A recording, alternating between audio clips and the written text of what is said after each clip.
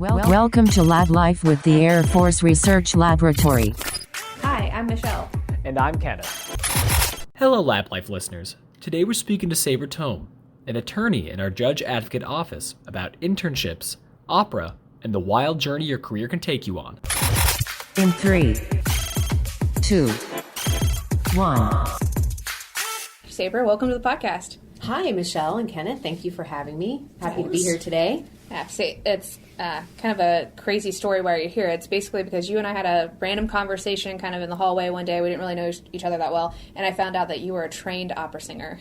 Yes, no, and I, from an early age, realized that I was musically talented and played several instruments, and decided that I wanted to take vocal lessons. And so my grandmother made that happen, found me a vocal coach. Her name was Ann Keppel. She was from Tip City, an amazing woman.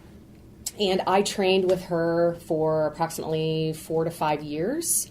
And so, classically trained vocalist, and did a little bit of opera singing, nothing, no operatic performances per se. Mostly I would sing in churches and local theater, and the opera singing was during the lesson time and during my practice time. So, for our listeners, we don't have a lot of opera singers at AFRL, but That's true.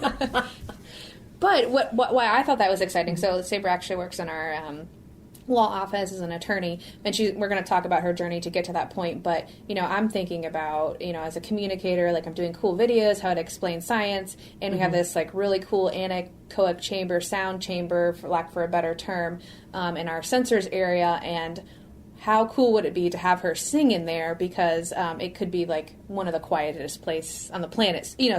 That not Guinness certified, but it's a very, very quiet place. So what would it sound like to have her sing in that space? And then you end up getting to do that, right? I did. Yeah, and that was a phenomenal opportunity, and I appreciate you, Michelle, for bringing that opportunity to me.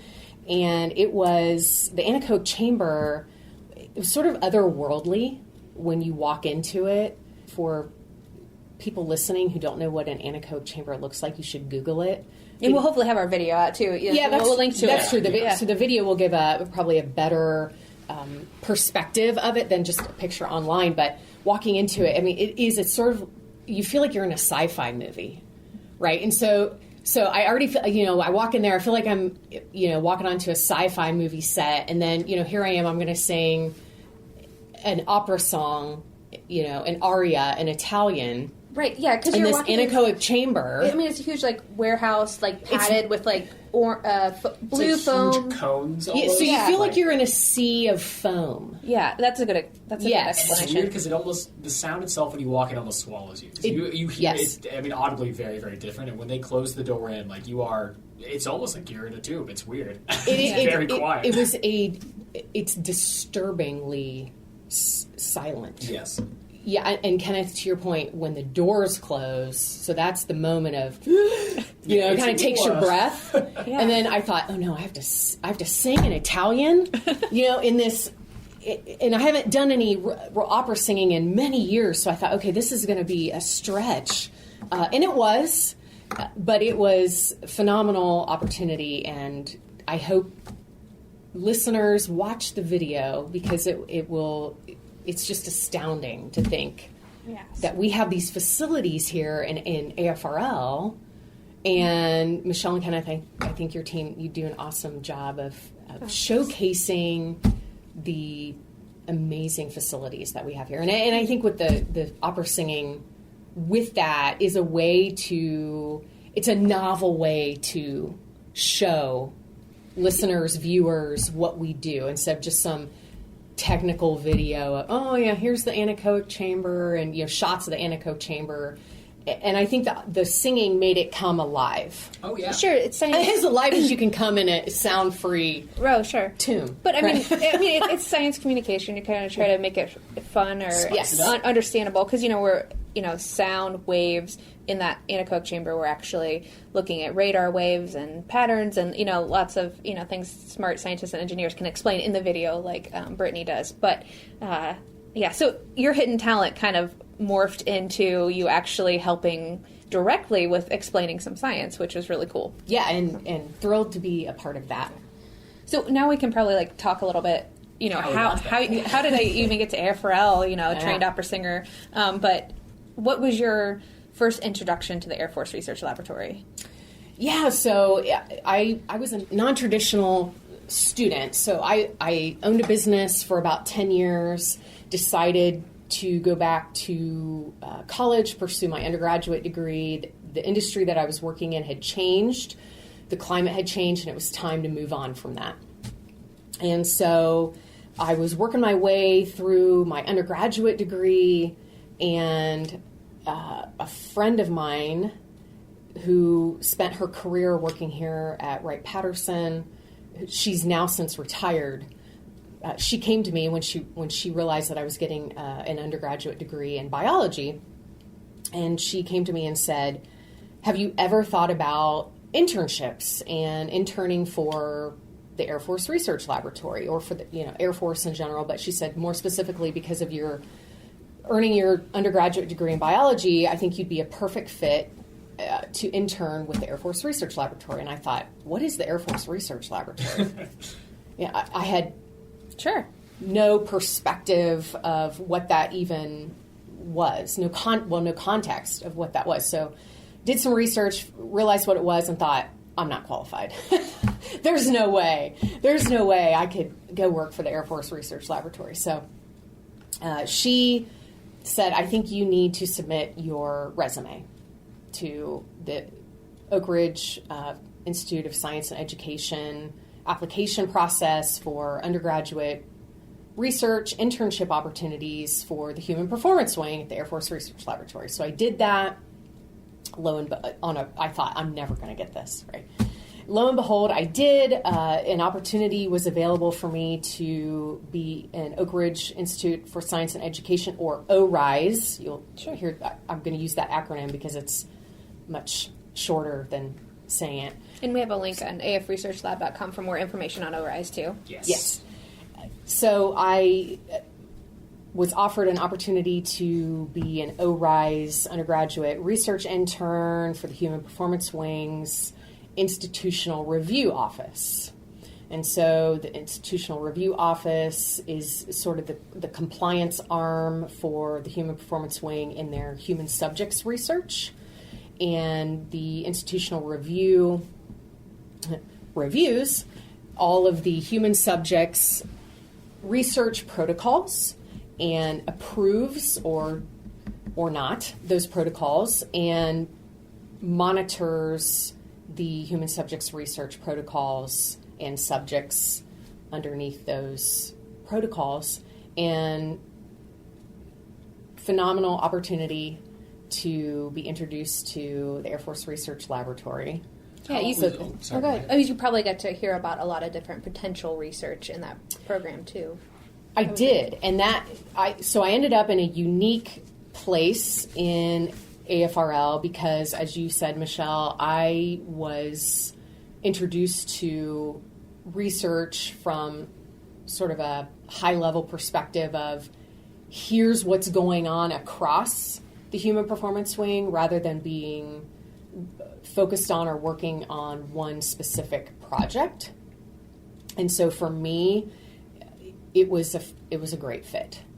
Sure. And I met a lot of people that way, learned an enormous amount, which was good because I knew nothing about the Air Force, the Air Force Research Laboratory. So it was the right place for me. Yeah. So, and I imagine some of those different testing, it could be anything from, an exercise regimen to nutrition to psychological or interfacing with robots. I have no idea. There's probably all kinds of things that you got to see during that. Yeah, wide variety of testing. Yeah, that's great. And research that goes on, and it's astounding the level of research things that we accomplish here in AFRL overall. Yeah, absolutely. We've had some Human Performance Wing guests on here talk about some of the cool stuff they're doing. So, and do you feel kind of like looking at that as a whole with ORISE, do you feel that wider scope is important, especially working in the DoD or with AFRL, to understand kind of what's happening even in one wing? Because you mentioned kind of focusing down to just one task may not have given you the full scope of what it gave you. No, and it wouldn't have. And yes, I think you're right in that the opportunity for ORISE, because mine was a unique opportunity for ORISE, because most students who are offered internships through ORISE are doing research in a lab. Biologist. You think I'm Yes. picturing you in front of a microscope or with some test tubes or some things. What's in my mind. So Yeah, so actually bench level research. And so for me, going into it, I was just thrilled and thankful to have been offered an opportunity. So I didn't know what that meant, what the institutional review even was. I had to research that. And so I think for some students who know that they want to be a bench level researcher, or they have an area of science that they're focused on and they know they want to go on and get a master's or PhD and stay focused in that area, the bench level research would be more beneficial for them. But for me, because I wasn't sure what I wanted to do ultimately, ending up where I ended up was perfect. yeah. So what was that transition? Because earlier we mentioned that you're a lawyer, and you just told us that you studied in biology, which probably isn't. It might be like a great mix for our organization when you think about the type of law you probably have to interpret and think about, and how it applies to our scientists and engineers. But how did you get from biologist to present day? So as I was completing my undergraduate degree, and I'd spent over a year working in the institutional review, and then I was ultimately ended up working in the biosurety office, which is the biosafety and biosecurity office for the Air Force, and it falls under the institutional review because the biosurety office is a compliance office for all the biological laboratories here at Wright-Patterson. And so ended up working through ORISE in the biosurety office, and was introduced working on a project to technology transfer. I was working on a material transfer agreement and some legal issues that arose during the negotiations of the material transfer agreement. And so I was introduced to the technology transfer office in the human performance wing, and John Schutte and Jim Kearns, who work in the technology transfer office in the human performance wing, and started learning more about what they did. And then I was introduced to some of the patent attorneys that work for the Air Force.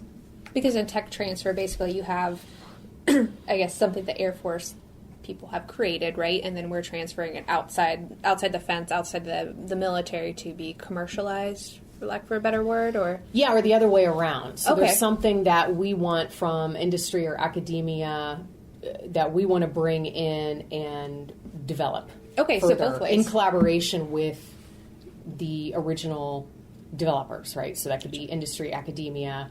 But typically, we want to partner with small business, industry, academia to glean from them their wisdom, and use their brains and products and collaborate with us so that we can further develop a technology. Okay, something that may have had like a commercial application.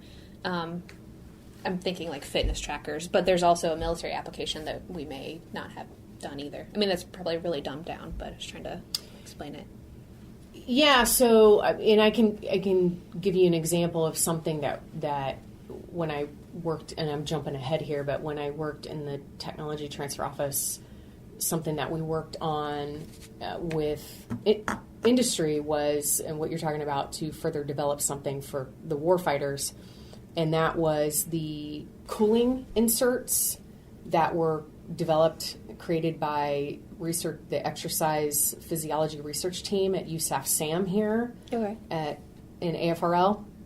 It's the cooling inserts for undergarment shirts that are to help avoid heat-related illness while in hot, humid conditions. So when our warfighters are deployed in extreme environments, it helps keep them cool.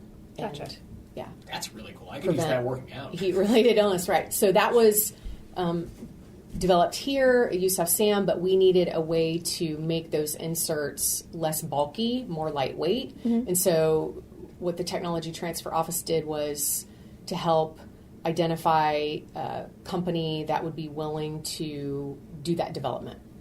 Okay. And so then we entered into a cooperative research and development agreement, or CRADA, with that Galway Healthcare, that company, to develop a smaller cooling technology that could then be, prototype manufactured for the field. Okay, I think that gives our listeners a good idea of what tech transfer was, or like the office that you moved into. Yeah, so that's a real life example of something that we actually worked on. And that has to feel great, seeing a product from almost start to finish, seeing it being the R&D going behind it, finding the people to help make it to get out to the market, and helping be that connector. Yeah, it's exciting because you actually see somebody's invention, idea, and passion for what they do. You're able to step in, help them move that to the next level.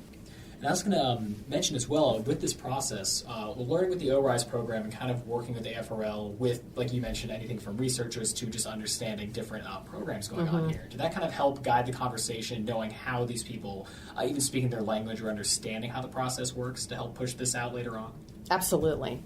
Yeah, so having started in the institutional review, having a sort of a broad understanding of the researchers in human performance wing and what they were working on, so where the focus areas were for research, helped me moving into tech transfer understand sort of the hot issues or the focus areas and the places where we needed to be focusing our time in the human performance wing tech transfer office and devoting our time and energy to. So yeah, I think having that, you have to have that 10,000 foot view to be able to execute appropriately. And speaking of other programs you took part in, something that we saw that you also went through in your journey here was the Pathways program. Yeah. How did this connect into the story? Right. So Michelle was asking me, how did I end up as an attorney? So I was talking about, met the technology transfer folks and patent attorneys and decided, hey, I have a business background. I enjoy working with people. I enjoy talking to people. I enjoy being a collaborator and facilitator, connector. And so I think I should go to law school because that degree, that experience can take me many places. And so realizing that I was going to go on and after I was accepted to law school, realized, okay, I would love the opportunity to move into a tech transfer office role because that would be the experience that I would need, more legal, on the legal end, working agreements, drafting agreements, working negotiations with companies and academia, and then working with patent attorneys to define the terms of the tech transfer agreement. So that's when I made the move to the Pathways program, which is a civilian program for students at all levels to find out what it's like to work for the federal government while they're going through school. And, upon graduation, if you decide this is where I want to stay, then you can be offered a full-time position with the federal government. So the Pathways program is a wonderful exploratory opportunity because you set your hours, right? So, I worked part-time through law school and gained a wealth of knowledge and met many people who were instrumental in guiding me to where I am now, and realized that I want to stay here and this is where I want to be. But it gave me the time to explore that. I mean, the real time. Absolutely. Not just working a couple summers. And ORISE offers those type of internships as well. And I think those are good opportunities to get in the door, right? Get your foot in the door, get your feet wet.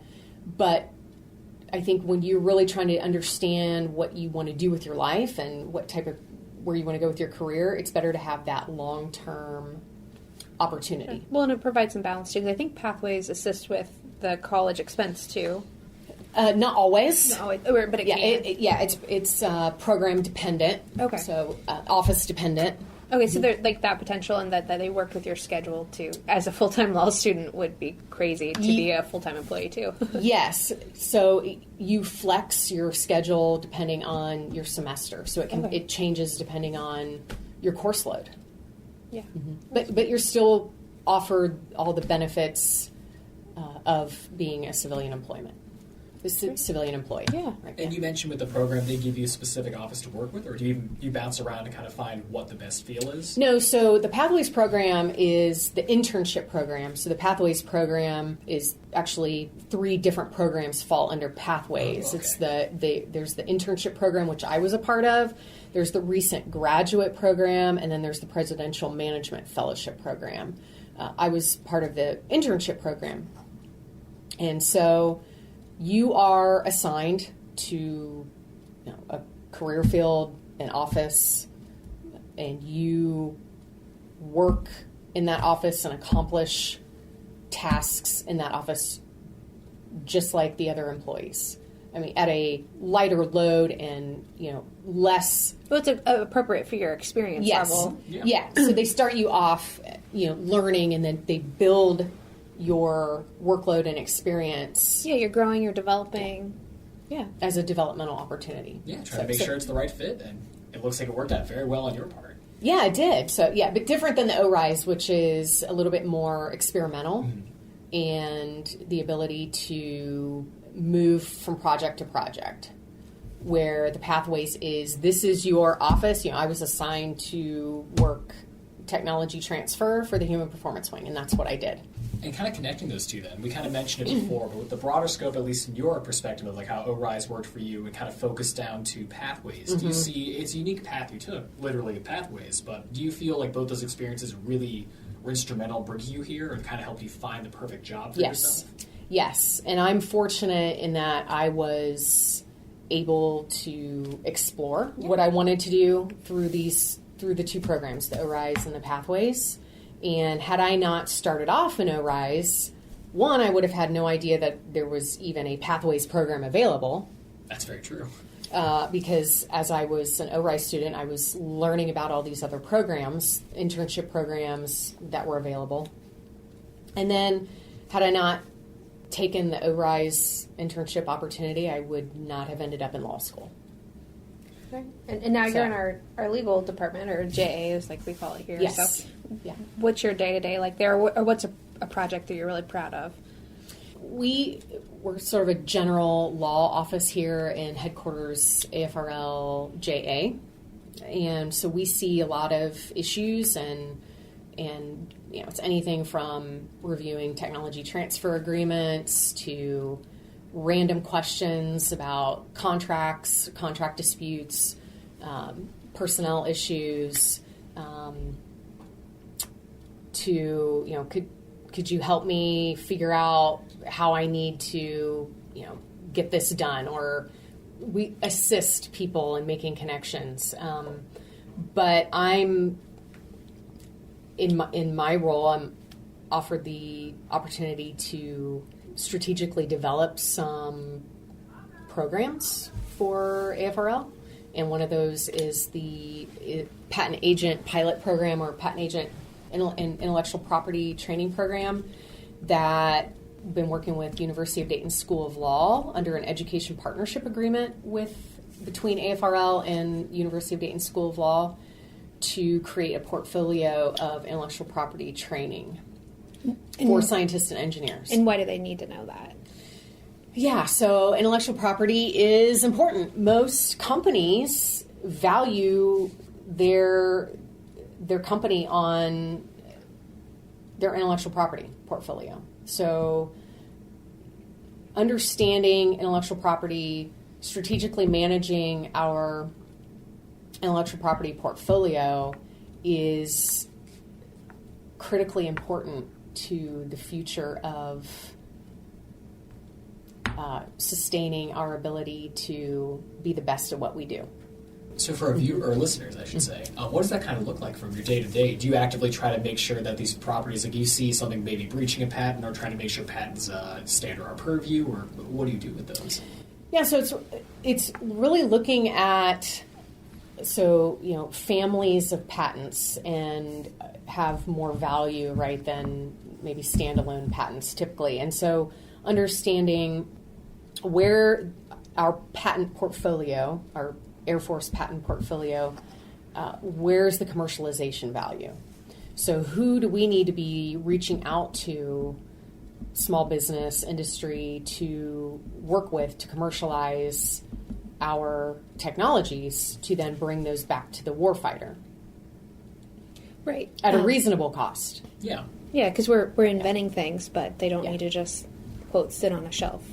The idea or the patent. Yeah, and that's tech transfer at its very essence is getting the inventions, intellectual property of DoD or federal laboratories in general out to the public. So a lot of this is, like you were saying, Michelle, is like you see this, like say patent or family patents that comes through saying, okay, we clearly see the vision for this family. Let's see who can make this happen, make this dream come true. Yes. And so it's finding the right partner, someone who has the passion and the, it's one thing to have the passion, but you also have to have the ability to make it happen, and working with them to secure a patent license agreement. And then that company will then take our intellectual property and use it to develop the patent, the technology into something that can be useful. Yeah, and we have like our Battlesite Technologies podcast episode for our listeners if they haven't listened to that one yet. Look forward to it. Yeah, they can, they can listen to how we took like lack of a better word, a glow stick crayon and from the lab to industry, and then the warfighters end up using it as it's commercialized. But yes, you're on the back end to make that happen from a legal perspective, and then educating like our scientists and engineers on kind of that space that they'll assist in, I guess. Yeah, so it's the program with University of Dayton School of Law is designed specifically for scientists and engineers to understand, identify, and learn the value of intellectual property and then what to do with that.